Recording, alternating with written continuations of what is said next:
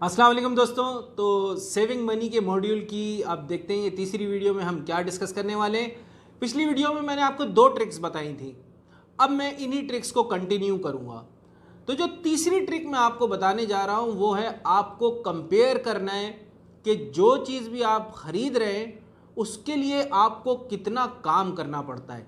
मिसाल के तौर पे एक शख्स की तनख्वाह है 30,000 रुपये और वो देखता है कि पर डे मेरी जो है मुझे 1,000 रुपये में कमाता हूँ, वीकेंड्स को भी अगर शामिल कर ले। अब वो कोई 5,000 रुपये की चीज़ खरीदने जा रहा है तो उसको ये सोचना चाहिए कि यार ये चीज़ जो मैं ख़रीदने जा रहा हूँ इसके लिए मुझे 5 दिन काम करना पड़ता है। तो ये बहुत बड़ी रियलाइजेशन है जो आपको अपने जहन में लेके आनी है। मिसाल के तौर पे आप एक्सरसाइज करते हैं, ठीक है, और 1 घंटा एक्सरसाइज के बाद आप ये देखते हैं कि आप 500 कैलोरीज बर्न करते हैं। अब आपके सामने एक बड़ा सा बर्गर रखा है जो कि जिसके अंदर 500 कैलोरीज है।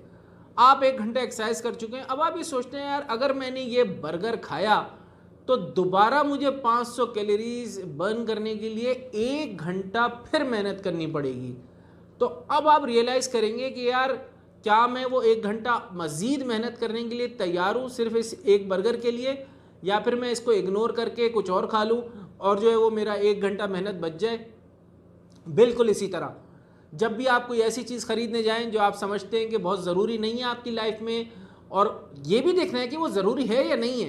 अगर कोई बहुत ही ज़रूरी चीज़ है तो जाहिर सी बात है आप उसके लिए 5 दिन या 10 दिन भी काम करेंगे।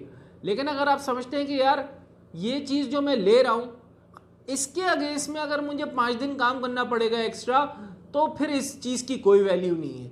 तो फिर जो है इसका कंपैरिजन में मैं ये देख के ये फैसला कर लेता हूँ कि यार ये चीज़ मुझे नहीं लेनी चाहिए। देखें, ये मैं आपको सेविंग्स की वो ट्रिक बता रहा हूँ कि ये माइंडसेट से रिलेटेड है। और जब आप क्योंकि उसकी टेक्निकल चीज़ें भी आपको आगे और बहुत सारे मॉड्यूल में मैं बताऊँगा, उसकी मैथमेटिक्स उसकी चीज़ें, लेकिन ये वो बहुत ज़रूरी चीज़ें हैं, ट्रिक्स हैं। अगर ये ट्रिक्स आप अप्लाई करेंगे ना अपनी ज़िंदगी में, मैं आपको इंश्योर कर रहा हूँ कि आप बहुत ज़्यादा सेव कर लेंगे। इसकी मैं आपको एक मिसाल देता हूँ। मेरे एक दोस्त थे, इंडिया से थे, तो मैंने ये देखा कि उनकी वाइफ जो जितने बड़े बड़े स्टोर हैं ग्रॉसरी के, उन्होंने हर ग्रॉसरी स्टोर के नाम के साथ एक्सेल पर शीट बनाई हुई थी और वो वीकली उनके ब्रोश्योर को डाउनलोड करती थी और उसके आइटम्स जहाँ जहाँ जो डील्स और प्रमोशंस होती थी वो लिखती थी, और आखिर में उनको जो सामान चाहिए होता था एक कॉलम में वो लिखती थी, और फिर वो कंपैरिजन करके देखती थी कि किस स्टोर पे कौन सी चीज़ सस्ती लगी है, और आखिर में अपनी लिस्ट वो बना के उसके आगे लिखती थी कि कौन सी चीज़ें हमें कौन से स्टोर से लेनी है। और इस तरीके से वो ज़बरदस्त सेविंग करती थी। मैं सिर्फ एक मिसाल दे रहा हूँ आपको। तो छोटी छोटी चीज़ें होती हैं जो हम लोग करते नहीं हैं, करने को तैयार नहीं है, और फिर हम लोग सेविंग के लिए ज़िद भी करते हैं। तो ये पॉइंट जो मैंने आपको बताया कि आपने ये देखना है कंपैरिजन के जो चीज़ भी आप खरीदने जा रहे हैं उसके अगेंस्ट में आपको कितना काम करना पड़ेगा, तो फिर फैसला करना आपके लिए बेहतर हो जाएगा। और फिर इस फैसले से जो भी चीज़ें आप रिजेक्ट करेंगे वो आप समझेंगे वो आपने सेविंग की है। ये एक बहुत बड़ी चीज़ है।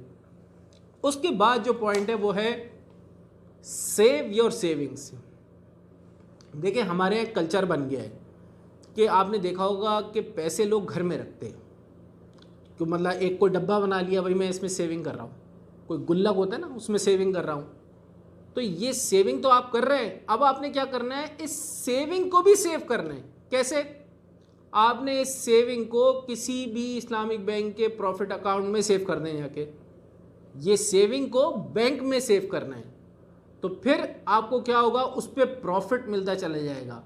अगर आपने वो जो मैंने बताया था ना प्राइमरी गोल, अगर आपका 6 महीने का, 3 साल का, 2 साल का है, तो ये जो सेविंग आप कर रहे हैं इसको भी जब आप सेव करेंगे और उसका सर्टिफिकेट ले लेंगे तो आपको मज़ीद उस पर पैसे मिलेंगे, तो आपकी सेविंग बढ़ती चली जाएगी।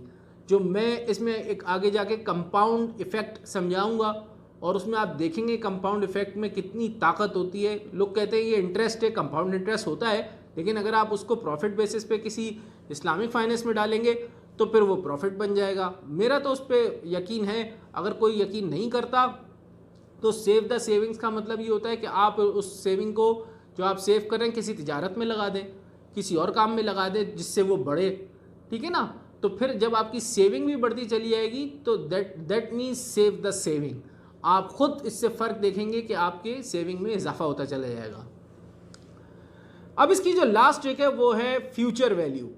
जिन लोगों को अकाउंट्स और फाइनेंस से ताल्लुक़ है वो तो इसको समझ जाएंगे। टाइम वैल्यू ऑफ मनी होती है, उसमें फ्यूचर वैल्यू का जिक्र होता है। मिसाल के तौर पे अगर मैं देखूं कि मैं कॉफ़ी पीने जा रहा हूं जिसकी कीमत है 500 रुपये, अगर मैं देखूं यार अगर मैं इसकी फ्यूचर वैल्यू देखूं तो फ्यूचर वैल्यू इस 500 रुपये की 3000 रुपये।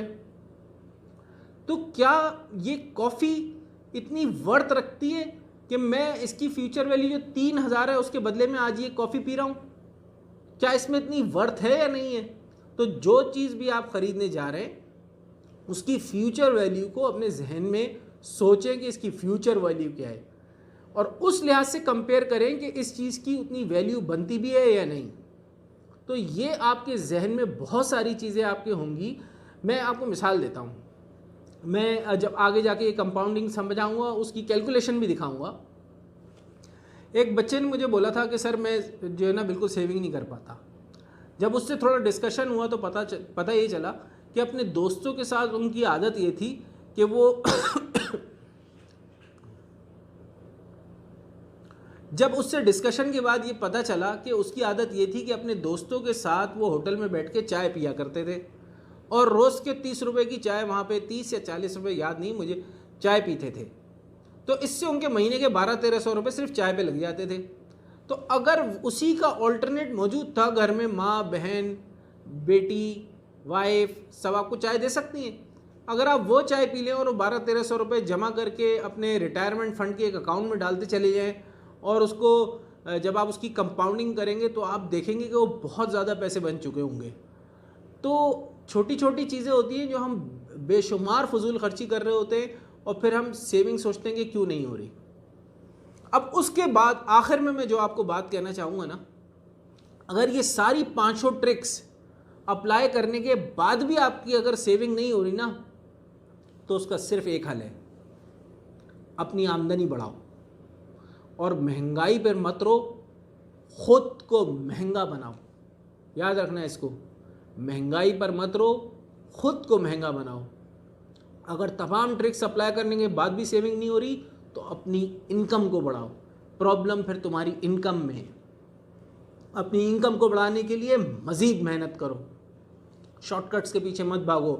जितनी मेहनत करोगे और इनकम की स्ट्रीम्स को बढ़ाओ।